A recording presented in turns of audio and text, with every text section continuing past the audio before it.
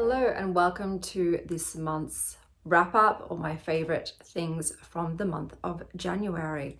So I'll start with my favorite books.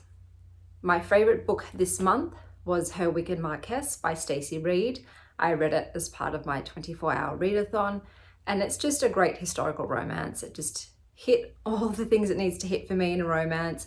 Great relationship, great main characters, interesting storyline, good pacing, and it was a 5-star read. So that was definitely my favorite from this month. Hey Sylvie. My favorite deck that I received this month is the H.O.M.E Oracle.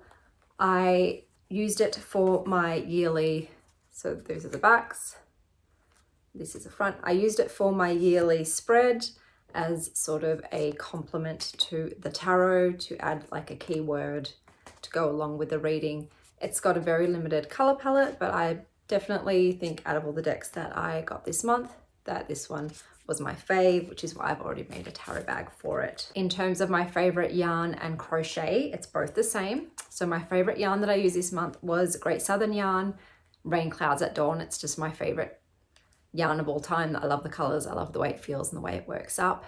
And the favorite project that I made with that yarn was the tarot mat that you can see pictured here. So that was my favorite crochet of this month. In regards to film, there were no movies I really liked. I watched a few, but none of them were standout to me. So with TV shows, the only TV show that I have watched this month that I started watching with my children is Adventure Time.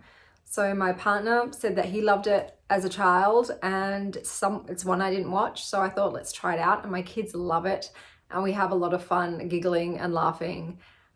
Yesterday we watched an episode which included a game of drop bowl, and they just could not stop laughing. So that's definitely the favorite TV show of this month. So because I don't have a favorite film, I thought I'd do favorite music of this month. I just realized I've been filming crooked this whole time, so apologies for that. So the music that I love listening to this month, one of my favorite bands, Måneskin, released a new album, Rush I think it's called. So I have been listening to that non-stop, and I think some of my favorite songs are probably Baby Sad and Own My Mind. I've just been rocking out to those, so that was definitely an awesome thing that happened this month. Now for purchases. So I did end up purchasing Wildcard, Let the Tarot Tell Your Story by Jen County and Fiona Lensvalt, because I decided that having this guide on hand means that I can purchase decks that don't have a guidebook at all or have a good guidebook. So that's something that has stopped me from purchasing a tarot deck if it doesn't have a guidebook. Even though I love the art and I love everything else about it, the theme, all that sort of stuff, it doesn't have a guidebook, I didn't buy it. But I thought, hey, if I have this, then I still get the feeling of reading an entry, reading someone else's interpretation and words, and I can use the deck. So this is fantastic. I love it. So now I use it for the decks that I'm going to purchase probably in the future that don't have a guidebook for them. In terms of life updates, this January has been full on. So the card I pulled in my Wheel of the Year spread for January was the 8 of Wands, and there's a lot going on. So we've had my daughter's 8th birthday, my youngest had her 8th birthday, and we had a Victini themed party. I'll just put a picture of the cake up, but I can't show photos. And we just had that at home with some of her friends, and she had a great time. We had school start for my kids, which is not a great time for us because my youngest daughter has severe school anxiety, and it's very hard. It is very hard to get her to go every day. It is a huge challenge, and it leaves me completely depleted after having to be there while she's having her panic attack and trying to help her through it. So, and then we had some bad news with my grandmother. She had a stroke. It caused brain bleeding and she was hospitalized.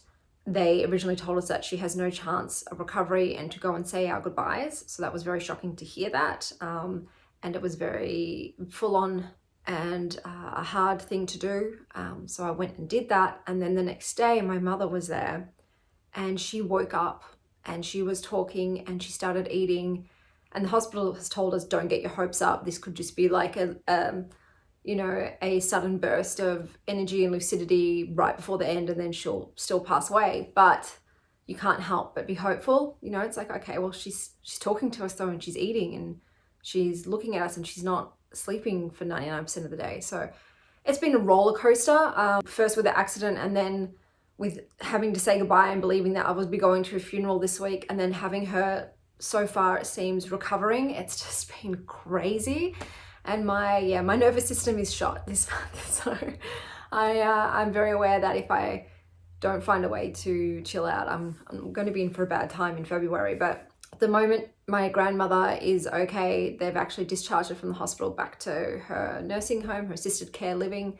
We're just hopeful that she's going to continue to recover rather than regress. But I also this month decided to do another psilocybin mushroom trip. I took around 6 grams of mushrooms. It is a very different experience to my first experience. So the first experience I had was very much about healing trauma and a very spiritual sort of centered trip. This one was just completely different, even in terms of the feel of it, how it presented.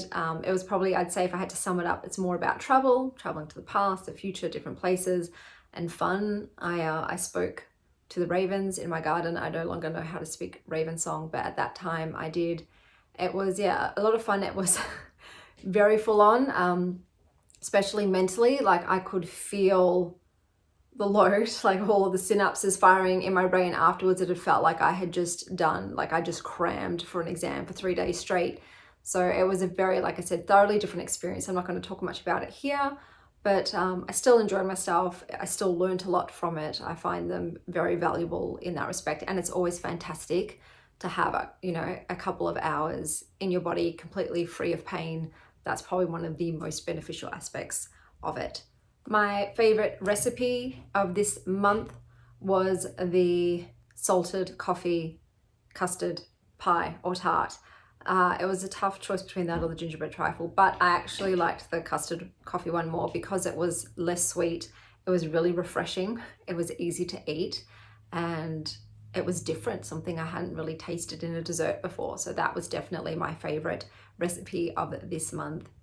With purchases, I also designed some artwork. Well, I've got this picture of Monica Bellucci on my wall there, and I've got a toadstool picture with my 3 cats on the toadstools in the lounge room. So I was just playing around with some computer art and did those. This is obviously based on a photo of Monica Bellucci, but I made it a bit pop arty and changed the color scheme. So there were those 2 purchases this month. And I think that's about it. There's probably so much else that has happened, but my brain is fried. I should have written this down, but I just didn't have time, and I've got to quickly do it before I go off to my dentist appointment. So that is all of my favorite things from this month. I'm going to now go on to the portion where I give you my in-depth review of the tarot decks that I received this month. Next up, we have the Sleepwalkers Tarot, which it was also a Kickstarter deck that I purchased. It is a bilingual deck, and it only comes with this little accordion because this is the pocket size, and as you can see, you've just got a couple of keywords for each one. On the other side, it's the other language. So yeah, this was the pocket size deck. These are the backs, which I do like the backs. I did not realize that the pocket size was plastic. So these are plastic. I'm not a fan of plastic at all, at all. So I originally got this because I liked the artwork, but once again, in person, I don't know, it sort of, it just leaves me cold. I'm not connecting to it. The size doesn't bother me. I'm fine with a smaller size. Looking back, maybe if I'd purchased the bigger one, I'd like it more because it is in plastic. But I've read with it and it's okay, but not great. Like, I just don't want to use it. So yeah, I'm definitely not going to be keeping this, and I will be finding another home for it, which is a shame. But this was, yeah, once again, a learning experience with Kickstarter. Back then I was just backing anything that I was interested in, you know, not really thinking, am I going to really love this? Because it was, with the tarot, it took a while for me to really learn what works for me and what doesn't, what I like and what I don't. So I was a bit clueless and I was just trying everything. And that's why this year is going to be a low buy year. I have yet to make a purchase this year. I haven't purchased anything yet, There's a few decks that I'm interested in, but I'm just sitting on them because I only want to buy, I've given myself sort of like a 12 deck limit. You know, it's a soft limit, guys. But I'm really only going to be purchasing things that like light me up, that I'm really passionate about. And most of the time I am going to be waiting for people's walkthroughs because I did pre-order so many decks last year and they're all going to be coming this year. Like I would pre-order only seeing the box. So no clue what the inside was like. I was just, yeah, I was on a consuming frenzy. And that's okay. Everything has its, you know, season. I'm not that way anymore. I would only pre-order something now if I was a creator I already knew, or if they actually show quite a lot of the deck. But yeah, this one is not for me, unfortunately, so I will be rehoming it.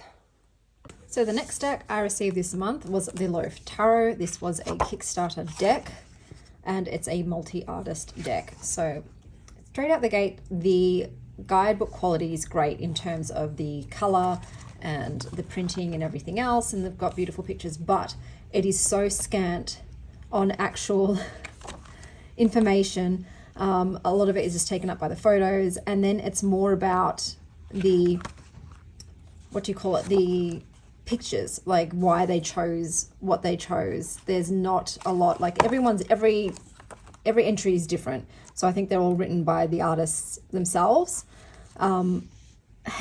Like, so it's not a deck I would recommend for beginners at all because you're not really getting a lot of information about the card itself. So I'm not a fan of the content of the guidebook, even though the quality of the print is like, that's gorge, beautiful.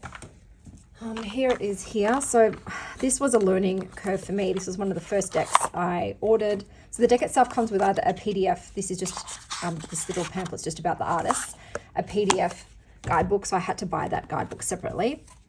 Now the rainbow holographic edges, gorgeous. Like they're stunning. The foiling is beautiful. I do enjoy the backs. It is glossy cardstock, which is one of my least favorites, because I just don't like the way it feels and the way it looks. So this was one of the first decks I backed, and I didn't really have any experience with Kickstarter. So if I knew then what I know now, I wouldn't have ordered this deck. Online too, it just looked more appealing to me, whereas in person I find some of the illustrations just way too like computer graphic for me. I do like a bit more hand drawn, and these just have a very juvenile feel. Like there's decks that are like childlike that I enjoy, but this one feels kiddish for me. And I just don't vibe with it like that. It does nothing for me. So I thought, let me see though how it reads, and the reading isn't great either. Like it's just, I knew after I think 4 tries, I'm like, no, I don't want to use this deck. There are a couple of cards in here that I think are really cute and I like them, but the majority of them just leave me, you know, void. So I knew straight away, like this is not going to be kept at all. It's going to go to my child. This was up her alley straight away. She's like, oh, it's so cute. And she doesn't read, so she doesn't need to have a guidebook. She just likes to look at the pretty photos and choose her favorites of the day. So yeah, this one was a bit of a bust, but like I said, it took so long to come to. This was literally, I think, the second deck I backed, and yet it took almost a year. Next up, we have The Love Who You Are. This is by Angie Sellens and art by Silas Tobel. It came with this little organza bag. This is the box, which is very, very pretty. I've just dropped a crystal, but that's okay. So we've got the guidebook first up, and it's quite substantial, but it is full color. It's got poetry interspersed in it, which is lovely. But a lot of the page is just the card, and then you've got just this little amount here. But it's enough. It's enough for an oracle deck. So the meanings are lovely, and I do enjoy the guidebook. So this deck I purchased sight unseen. All I saw was the cover, like the box. That's it. And it was just the authors. Now, I've always wanted Angie Sellens' Witch deck, but I can't get it to Australia. So I sort of thought, well, if I can't get that, I'll try one of her other decks out. and I just picked this one because I thought this looked really cool and I didn't mind it. In person, okay, so my first impressions weren't great. This is kind of nice. I don't love it. It is glossy cardstock. I don't like glossy cardstock, and it's got sort of matte edging. It looks matte, but it's got the sharp feel that you normally get in like glossy gilding. So as soon as I saw it, I'm like, oh, I don't know. It's the aesthetic isn't really for me. I'm going to move that away from the glare because I don't want the glare. The pictures really don't do it. I'm not a fan. Like, they're sweet, but it's just not connecting to me. And some of the phrases are a little on the nose, like they're trying to be like, here, bloom like a badass. It just reminds me of that era of self-help books that all had that similar vibe, and I don't like that. It doesn't fit with the aesthetic. The aesthetic is very vintagey and sweet and gentle, so like having the really, you know, colloquial lingo on some of them just doesn't vibe. Like, tell shame to suck it. I don't know, it's just very jarring and not in a great way. So I don't love the illustrations. I don't like the cardstock. The key phrases are a little weird, but does it read well? Yes, it does. Okay, so I did read with it and it did read well. There was a connection there. And like I said, I also like how the write-ups are in the book. So this is going to be one of those decks where I'm just going to have to put it in my, what I like to call my Persephone picks. So it's basically my purgatory or my limbo. So I use Persephone because she's my favorite goddess and she sort of represents that in-between place. So Persephone's picks, and that's when I'm going to give it a few months of work. And I'm going to use it in a whole bunch of different ways to see if I'm going to keep it and decide on it, because like I said, it did read well. So that's pretty much what's going for it, because yeah, unfortunately the aesthetic and the card quality isn't for me, but it has enough like connection potential in terms of the message and how well it reads that I'm going to give it another go. And as you can see, though, I do have damage already, and I am just a overhand shuffler, so they might not hold up well. And then we have the Queer Tarot. So I saw this online and I ordered it, and it took a while to come. So all of the decks that I received this month, none of them were purchased this year. So this is the box. The box is really cute. I love the little velvet inlay, and it's a good box. So box, great. This is the guidebook. It's a decent size. It's full color, which is fantastic. The write-ups are pretty decent. You get a page and a half, and you get reverse. You got other like questions to ponder, which I like any like little additions, just not straight up divinatory meanings. And then you've got the names of the models and their pronouns, because this deck was based on real life people. So the guidebook is great. It's not like amazing, but it's decent. And then you've got the deck. It comes in a bloody tuck box. So you know I've ripped it. Like, I have to tear it to get it out. I don't know how people get stuff out without tearing it, but I'm not one of those people. So these are the backs. I don't love them. I'm gonna be honest. I'm a bit meh about it. They just, anything that's like checkered reminds me of race cars, and I'm not really into race cars. It's not edged. The cardstock is a matte cardstock, and it's quite thick though. It's like real cardboardy. So I don't love the cardstock. Now online, this was stunning. I just really loved the colors, the neon. I obviously love the theme of the tarot. That was the main reason for me getting this, was that it is queer. But then in person, I don't love the way it looks at all. I don't know, it seems fuzzy and unclear. It's like it's been photocopied. I don't know, that's just a style. But yeah, it just, I don't know, their mouths also annoy me. I don't like the way it looks. Like I said, on camera, it looks much better, but in person, it's just not doing it. It's not doing it for me. And so, yeah, that, because I don't like the cardstock and I don't like the illustration style, I was like, okay, let's see how it reads. And there's just a disconnect. So every time I picked it up, I just wasn't feeling it. I wasn't really like gelling with what it was giving me. I just wasn't feeling a deep resonance. I wasn't feeling like any sort of breakthroughs, any sort of aha, epiphanies, or like, damn, you really like cut to the quick. It was just okay. It was just like a very bland read. And so I'm like, I was so upset because I really thought I was going to love this. And I hate it when that happens, when you just get a deck and you're just like, yeah, no, it's not a match. Because like I said, I love the color scheme. I love the neons. I think they're fantastic. But in person, the feel of the cards, like I said, I don't like them. And just the illustrations, I know, I find them odd. Like the mouths just freak me out. I don't know if that's like my particular brain just being weird. But it is the way it is. And I think I'm going to be rehoming this because I'm really trying to find that 5-star book feel in deck form. I want something that I'm just excited and it gets me buzzy and happy, either, like I said, because I love the illustrations or I love the messages and it just gets me. But this was just an across the board average. It's mid for me. And it's, look, I'm sure there's people like that, people love this deck, but for me it just wasn't a connection. And like, I'll keep my eye out for other queer decks, but yeah, this one is not meant for me, so I will be passing this on.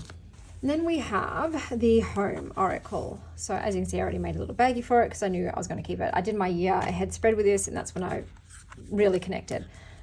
Because in the beginning, I was like, oh, I don't think I'm going to keep this deck for the above reasons. It is a bilingual deck, and there is issues in the translations. So the translations, there's a lot of grammar issues. Some things don't quite make sense, and I just think it's a lost in translation.